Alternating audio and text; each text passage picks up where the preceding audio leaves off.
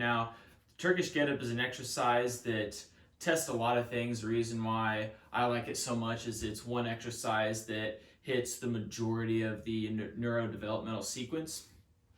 And so it's great for just training the whole body using both mobility and stability.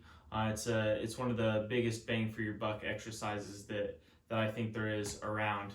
And today I'm going to use a yoga block for it. Traditionally it's done with kettlebells or some sort of weight, but I think it's important to learn how to do it with no weight while balancing something to make sure that you're doing it with good form. So I'll go over the setup and how to progress through it, and then I'll go over a couple of tips on how to make this exercise more effective and the things that you want to focus on.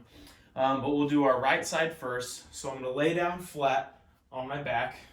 I'm going to bend my right knee, and I'm going to stick my left leg and left arm out at about a 45-degree angle. My hand will be facing down, and I'm going to put the yoga block on top of a closed right fist.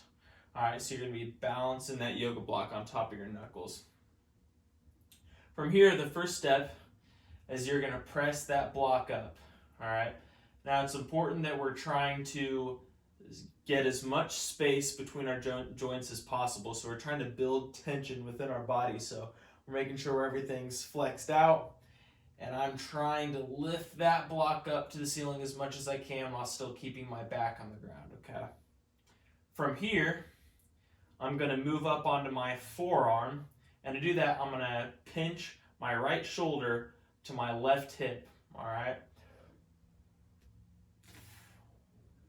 And as I go up, I want to make sure that I'm staring straight up at that block.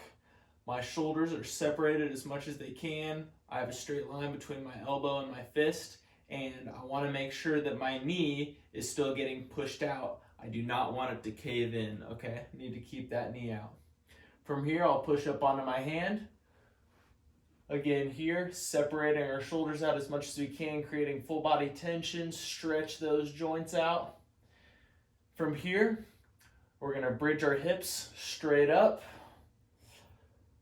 Now there should still be a straight line between our arms and our hands. Now here's a tricky step. It's kind of hard, but we're going to drag this left leg under us and then behind us.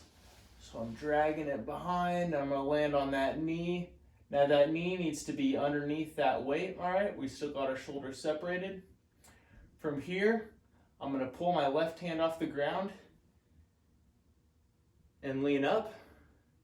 Then I'm going to switch my stance to where I'm in that half kneeling position, still keeping everything tight. And from here, I'm standing straight up. Now the fun part is that we get to reverse the movement. So still staring up at that yoga block, I'm reversing back, taking my left leg back into that half kneeling position. I'm going to turn my leg, place my hand down, keeping my hips up. Now I'm threading that left leg through up into my bridge. Straight line, separate the joints, keeping everything tight. Now I'm going to slowly lower my butt to the ground. From here, I'm going to go down to my forearm, controlling that movement, making sure my shoulder blades are separated and my knee is not diving in. And I'm going to drop my back to the ground. Now this one is kind of tough. You're going to want to just flop down to the ground, but really try to control yourself down and don't let gravity win. And then from here, slowly bring that block back down to your side. And then relax, okay? So that's just doing it on the right side. Obviously, do it on the left side, just do everything on the opposite side. Now, a couple tips I have is go slow.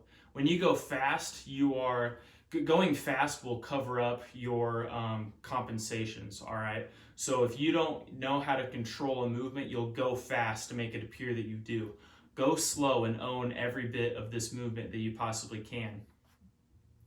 And then the other thing is you want to make sure you are keeping the best form you possibly can, all right? Make sure we're keeping everything under tension, separating our joints out, creating a lot of space between our joints, keeping everything tight.